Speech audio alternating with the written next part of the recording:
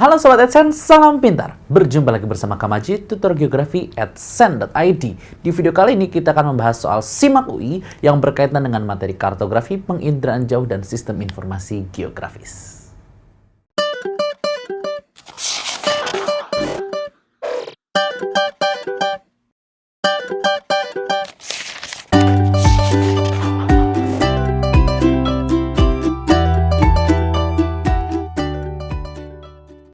Baik teman-teman, mari kita perhatikan soal dari SIMAK UI tahun 2014 ini. Dalam analisis sebaran wilayah melalui teknologi penginderaan jauh, objek padang rumput dan sawah dapat dikenali melalui ciri. Oke, objek yang kita lihat adalah, keywords-nya adalah padang rumput dan sawah. Apa kesamaannya padang rumput dan sawah? Nah, kita lihat pola wilayah yang memencar.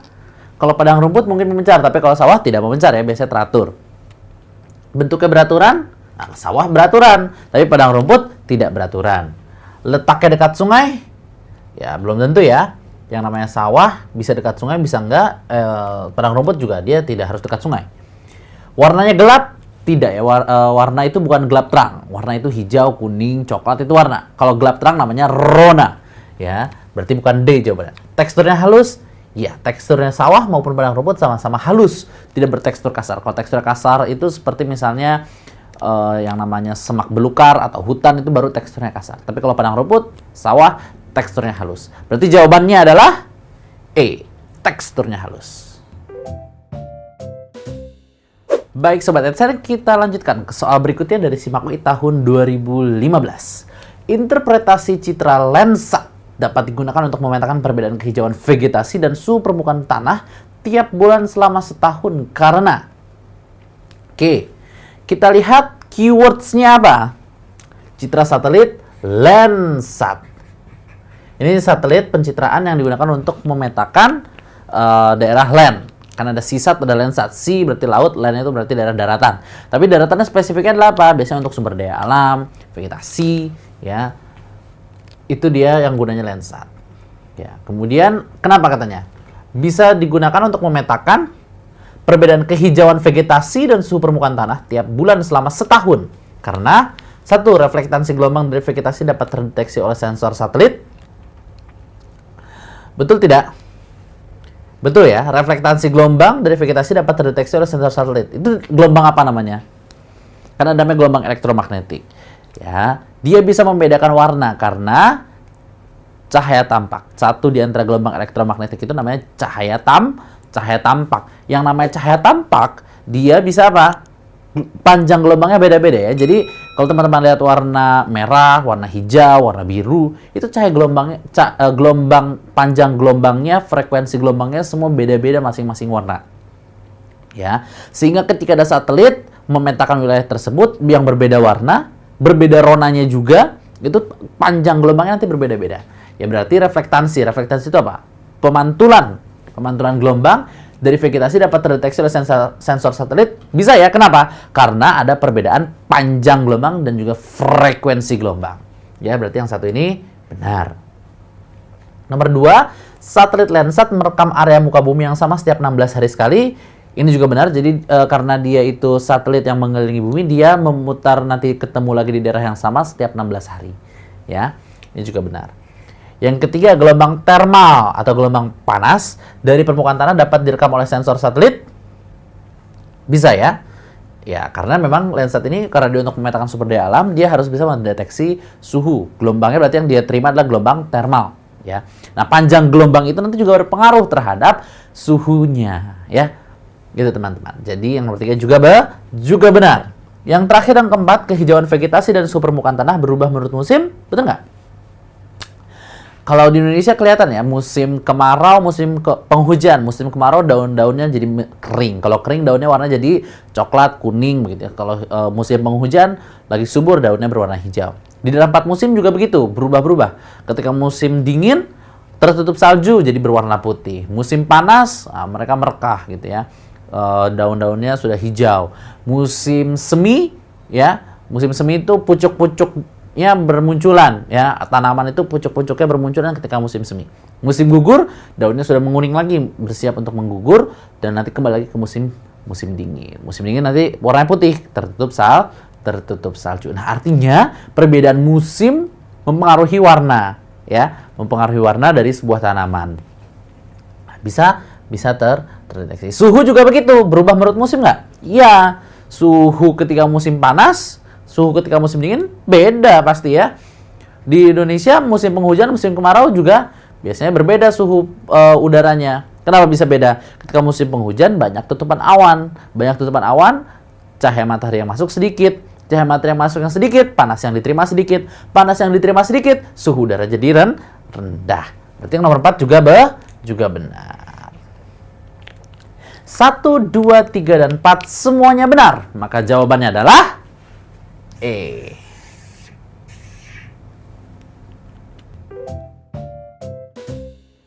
Oke Sobat Adsense, kita lanjutkan ke soal berikutnya dari SIMAK UI tahun 2016. Pada foto udara, sawah irigasi pada musim panen di Kabupaten Subang, Jawa Barat ditunjukkan dengan K. Foto udara, keywordnya apa berarti? Sawah irigasi musim panen.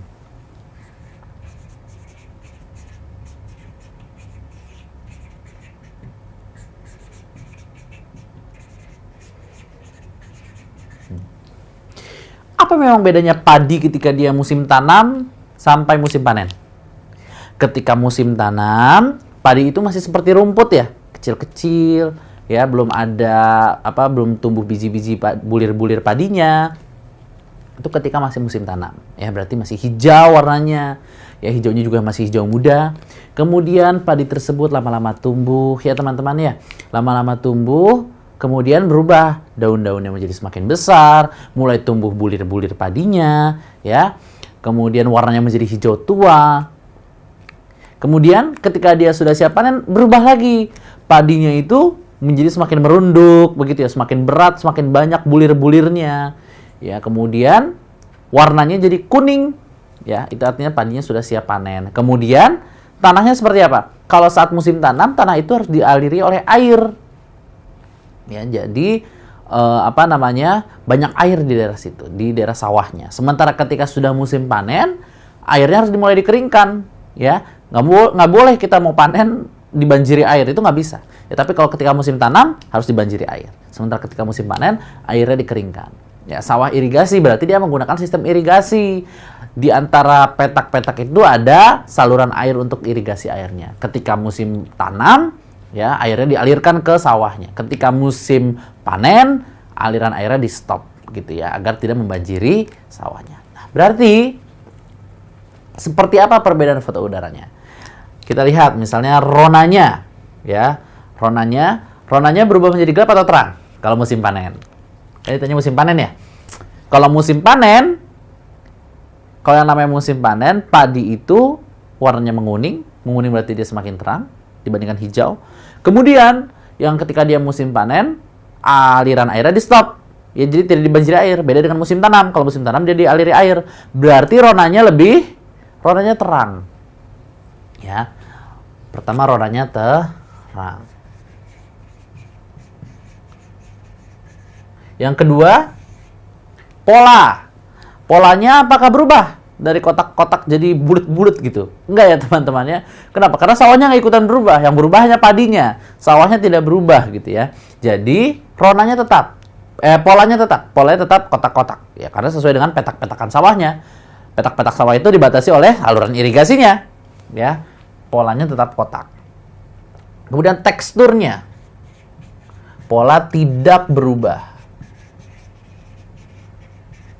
Ketiga, teksturnya jadi semakin halus atau semakin kasar.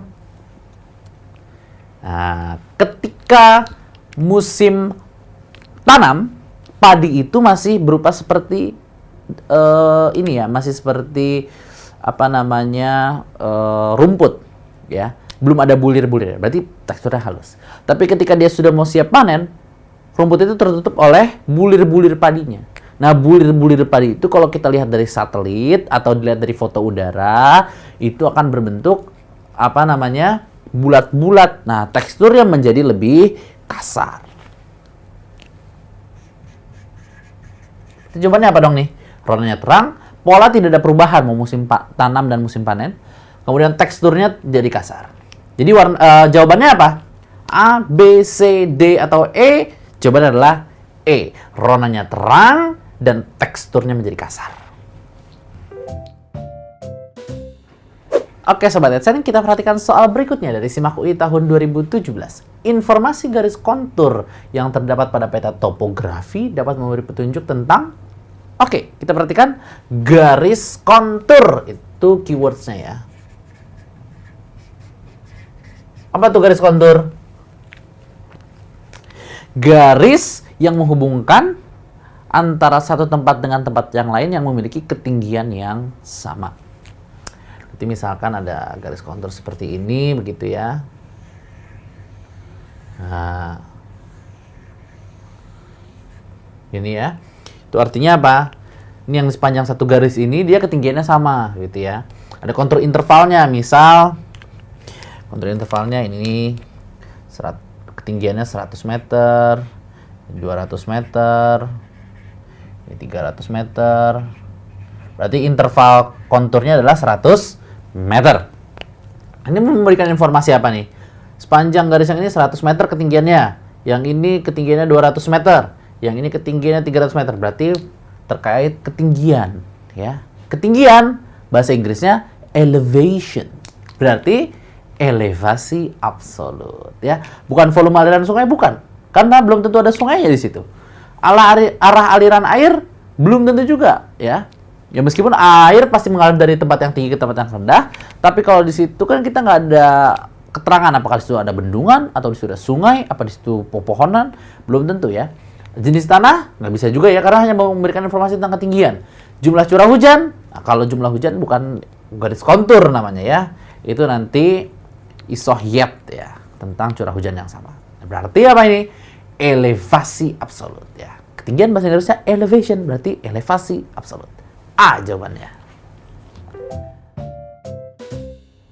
Baik teman-teman, mari kita perhatikan soal berikutnya dari SIMAK UI tahun 2015. Peta yang digunakan untuk mengetahui tinggi rendahnya permukaan tanah untuk keperluan pembuatan jalan raya adalah... Oke, keywordsnya apa keywordsnya? Peta untuk mengetahui tinggi rendahnya permukaan tanah. Berarti ini hubungannya dengan ketinggian, ya. Kalau peta yang menunjukkan ketinggian itu peta apa namanya?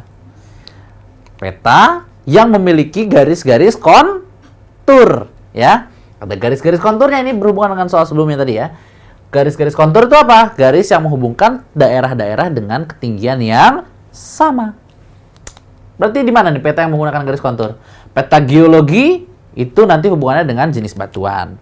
Peta geomorfologi itu nanti berhubungannya dengan bentang lahan. Apakah itu geomorfologi karst, ya? Apakah itu geomorfologi misalnya geomorfologi fluvial, geomorfologi laut? Nah, itu peta geomorfologi itu bentangan lahannya, ya. Peta geodesi juga bukan penggunaan lahan, enggak ya? Karena kalau penggunaan lahan belum tentu ada daerah keterangan ketinggian. Itu hanya ada ini lahannya untuk pertanian, ini lahan permukiman, ini lahan pasar, ini lahan tempat sekolah, pendidikan, itu untuk penggunaan lahan.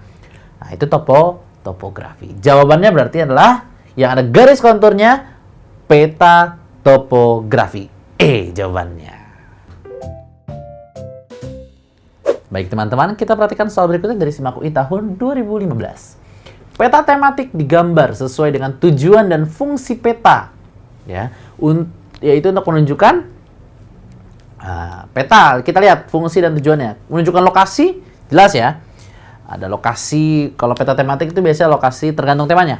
Misalnya peta geologi, lokasi batuan-batuan tertentu, gitu ya. Kemudian arah, jelas ya. Ada arah utara, selatan, barat, timur, ya. Itu arah juga jelas. Jadi satu sudah benar, dua juga benar. Yang ketiga jarak. Ada lokasi satu tempat, lokasi tempat yang lain. Kita tarik garis, jadi namanya jarak. Bisa diketahui? Bisa menggunakan skala. Ya. Luas? Bisa nggak luas? Bisa juga teman-teman ya. Pakai apa? Jarak dari titik-titik tertentu kemudian dihubungkan, ya. Jaraknya pasti harus lebih dari 2, karena kalau cuma 2 jadi cuma garis. Kalau luas itu minimal 3. Ya. Dari satu titik ke titik yang lain, ya. Kemudian diukur nanti jaraknya. Kemudian jarak bisa terhitung luasnya. Ya. Berarti yang 4 juga benar. 1, 2, 3, dan 4 semuanya benar, maka jawabannya adalah E.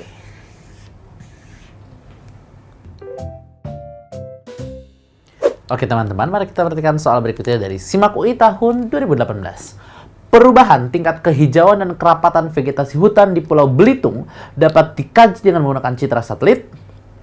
Oke, keywordsnya apa keywordsnya?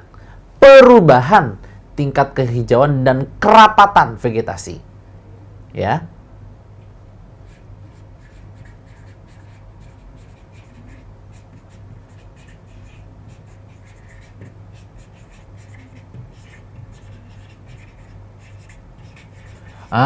Kalau ada kata perubahan, berarti itu membandingkan dari satu waktu ke waktu. Ya, bukan perbedaan. Kalau perbedaan waktunya sama. Kalau perubahan dari satu waktu ke waktu yang lain. Berarti multi, apa kalau waktu ke waktu? Multi temporal. Ya, berarti yang multispektral coret. A bukan, B bukan. Multitemporal. Nah, kemudian tingkat apa? Perubahan tingkat kehijauan dan vegetasi. Ini berarti sumber daya alam ya. Kalau sumber daya alam, satelitnya namanya apa? Ada QuickBird. Kalau QuickBird itu untuk resolusi tingkat tinggi, untuk penghitungan lahan, ya luas tanah. QuickBird itu bukan. NOAA itu untuk Ocean and Atmosphere, berarti untuk laut dan udara. Berarti ini tidak ada hubungan dengan vegetasi. Ya, lautan, ombaknya ketinggian ombak, atau udara misalnya ada pembentukan awan, ya. Landsat, nah ini dia. Landsat inilah ya satelit yang digunakan untuk mendeteksi sumber daya alam, mengecek ada vegetasinya apa, pohon-pohonnya apa saja, tumbuhannya apa saja yang tumbuh, ya. Berarti jawabannya apa? Landsat multitemporal. Baik Sobat AdSense, sampai di sini dulu pembahasan kita terhadap soal SIMAK UI yang berkaitan dengan materi kartografi, penginderaan jauh, dan sistem informasi geografis. Sampai jumpa lagi bersama Kak Majid di video geografi yang lainnya. Salam pintar! Sekian Sobat AdSense untuk video pembelajaran hari ini. Sampai ketemu lagi di video belajar berikutnya. Jangan lupa aktifkan notifikasi untuk video terbaru kami ya. Sobat AdSense juga bisa mengunjungi adsense.id dan temukan ribuan video pembelajaran. Sampai jumpa Sobat AdSense, salam pintar!